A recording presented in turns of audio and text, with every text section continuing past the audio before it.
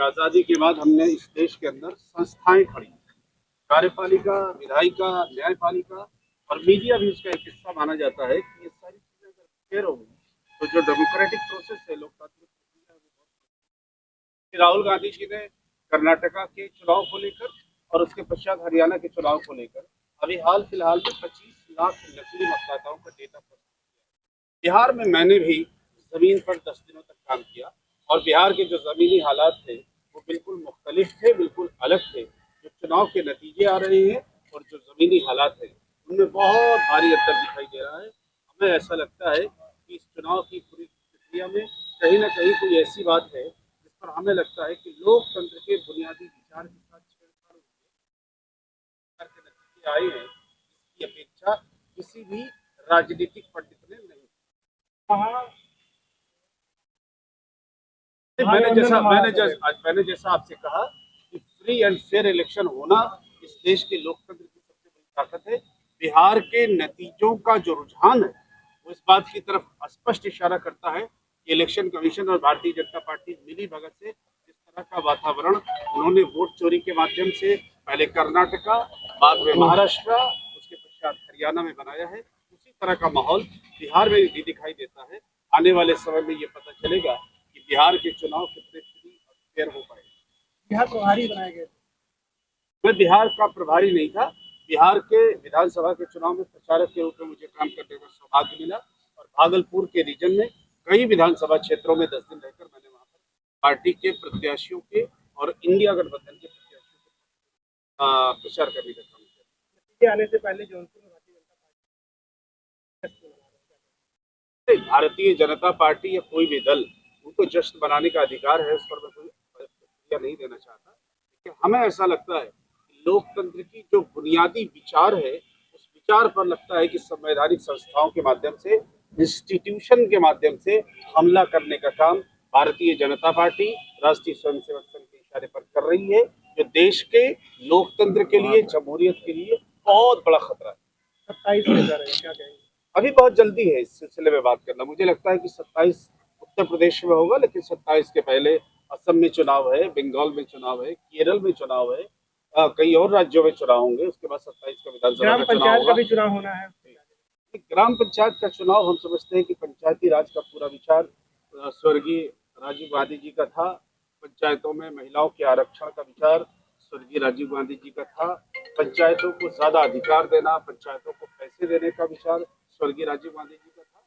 और पंचायतें मजबूत होनी चाहिए, लेकिन जिस तरह से भारतीय जनता पार्टी सत्ता का दुरुपयोग करके किसी भी तरीके से लोकतंत्र को हड़प कर और वोट की चोरी करके सत्ता को हथियाना चाहती है, ऐसा लगता है कि फ्री एंड फेयर इलेक्शन यहाँ भी पंचायत चुनाव भी हो पाना बहुत मुश्किल काम होगा। इसलिए हम संस्थाओं से विशेष रूप से आग्रह करना चाहते हैं कि फ्री एंड फेयर होकर, निर्भीक होकर, निष्पक्ष होकर काम करें। साथ ही साथ राजनीतिक दल होने के नाते और देश के सबसे बड़े विपक्ष के राजनीतिक दल होने के नाते जो हम प्रतिनिधित्व कर रहे हैं इंडिया गठबंधन में, हमारी भी जिम्मेदारी है।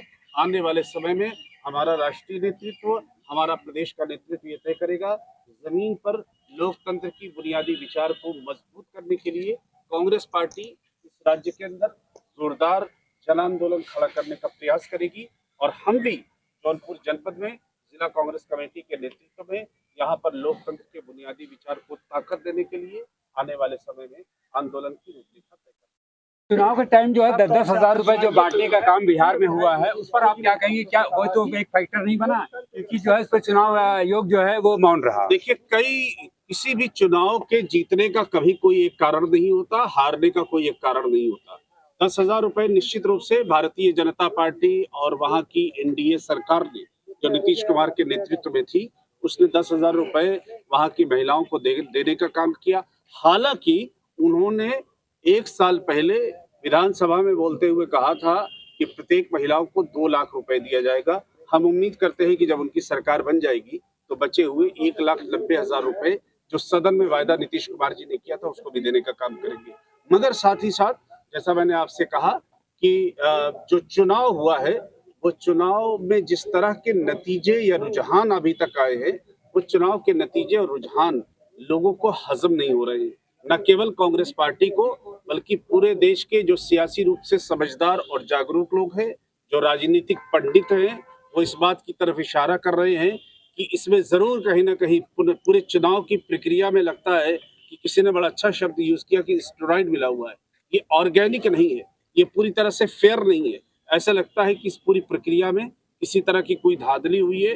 श्री राहुल गांधी जी ने 25 लाख फर्जी मतदाताओं का डेटा 3 दिन पहले ही प्रस्तुत किया है मीडिया के माध्यम से, और उन्होंने कहा है कि हरियाणा में वोट चोरी के माध्यम से पिछला 8 महीने पहले जो विधानसभा का चुनाव संपन्न हुआ उसमें 25 लाख मतदाताओं की धांधली करने का काम भारतीय जनता पार्टी ने इलेक्शन कमीशन के सहयोग से किया। हमें ऐसा लगता है, अभी हम पूरी तरह से पक्के तौर पर इस बात को नहीं कह रहे हैं, जब हमारे पास डेटा आ जाएगा तभी हम इस बात को स्पष्ट रूप से कह पाएंगे, मगर जिस तरह का जनादेश आता हुआ दिखाई देता है, विशेष रूप से 200 से अधिक विधानसभा की सीटें अगर एनडीए बिहार में जीतता है तो ये बात तो एनडीए के नेताओं को भी हजम नहीं हो रही है कि इतना ज्यादा वोट और इतना ज्यादा सीटें एनडीए को कैसे मिलते हुए दिखाई। इस चुनाव में तो जो है जो मीडिया है वो भी तो हैरान है कि वो तो अंदाजा किसी ने नहीं लगाता कितनी सीट आएगी। इसका मतलब है कि चुनाव आयोग और भाजपा जो है मिलकर जो है इससे पहले से ही प्री प्लान जो है करता था। आपने जो प्रश्न किया है, मैं प्रयास कर रहा हूँ कि उसी बात को आगे बढ़ाऊं।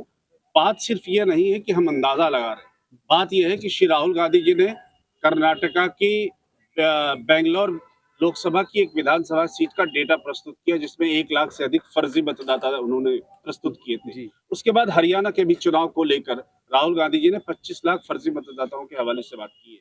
हमें ऐसा लगता है कि पूरे चुनाव की प्रक्रिया में इलेक्शन कमीशन के माध्यम से भारतीय जनता पार्टी और केंद्र की सरकार हस्तक्षेप करती है, और कहीं ना कहीं कुछ ऐसा हुआ है जो ऑर्गेनिक नहीं है, जो पूरी तरह से स्वच्छ नहीं है, जो लोकतंत्र के मूल विचार के खिलाफ।